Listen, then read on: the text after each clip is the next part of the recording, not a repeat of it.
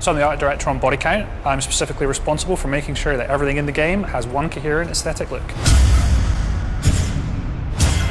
So in Bodycount, you've landed in a really torn up, war-torn world. It's an old world, it's a dying world. It's a very unusual way to start a game, and we drop the parachute into what's effectively a very old sort of British colonial style town. And from that point on, all of the different stages that you go through are completely different to the last one.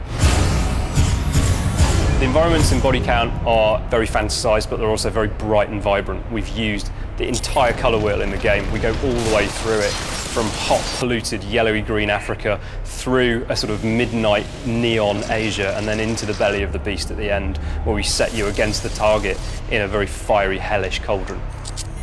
I wanted the colour to sort of match the mood. So you begin the game in Africa with yellows, and as that begins to get a little more sinister and bloodthirsty and more torn apart, it becomes to get a little more toxic. And then after that, the pacing of the game moves on to more dark and sinister things. And it was important for me that all these locations that we went to and visited, they had a sort of natural feel to them, and there was a visual narrative to a lot of the stages. I wanted to tell stories. It was important for me to make the world seem believable. So you'll see where the compound's been overrun like Zulu and people have smashed the bus through the door to get in, and this all goes towards explaining why a lot of the environments are abandoned and derelict. There's nothing left there other than war, so there's no moral ambiguity about killing absolutely everybody. So you're a soldier fighting for an organisation known as the Network. You think that you're being sent in to fight the good fight and mop up the conflicts around the world that the governments of the world don't want to take care of themselves. Now, as you get through the first act, it becomes apparent that someone else has been poking the hornet's nest and there's something else going on here. And that's where we introduce the target. The target are the real threat, they're the real bad guys. So Target's style and philosophy and their presence in the world is really sort of a dystopian, evil, really oppressive.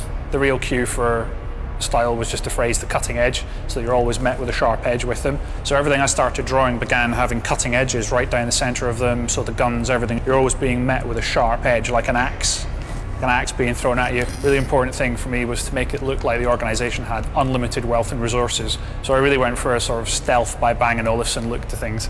A lot of the reward for the player is the first time you come up against a target, and the buildings are going to be very tough, they're going to be very hard to get into. We get inside their building, and the initial frustration of not being allowed in is rewarded by the fact that you really do become a bull in a china shop for these things. They don't expect you to be inside, so you're able to completely destroy all the glasswork, all the ceramic things. Bodycount's AI is completely class-based, so the idea is that we've put these different classes together that operate in very different ways and have different behaviours. So, for example, we've got a medic in there who can revive fallen soldiers. We've got a scavenger who will steal the game's currency intel from you and stop you from getting access to your upgrades. We've got heavy tank classes.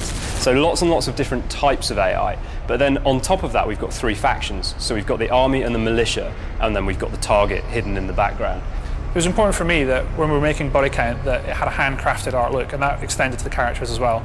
Each of the factions have their own unique sort of signature colours, and all of those characters are sort of styled and branded to be very different. Now, whenever these factions meet each other in the battlefield, they'll fight in a completely dynamic way, and that class-based behaviour on both sides will dictate how that battle plays out. It's different every time, and it's going to be a different experience for you each time you go in and attack that firefight. A lot of Bodycount's uniqueness comes from the way in which we've used shredding and destruction, so we're not using it for set pieces, we're actually using it in the second-to-second experience. To be able to go into a world that looks really nice and it's really aesthetically pleasing, and then actually start destroying that world and smashing it to pieces is just really satisfying. Even from a tiny handgun, you feel like you're really kicking the ass out of the world. Because there's so much environmental destruction, you're never going to get the same playthrough twice. Each building will be different. What makes Bodycount worthwhile for me, what makes it better in that sense, is the fact that we've stepped into some slightly different territory and we've produced a game that's got its own strong identity and doesn't deliberately set out to clone what other people have done.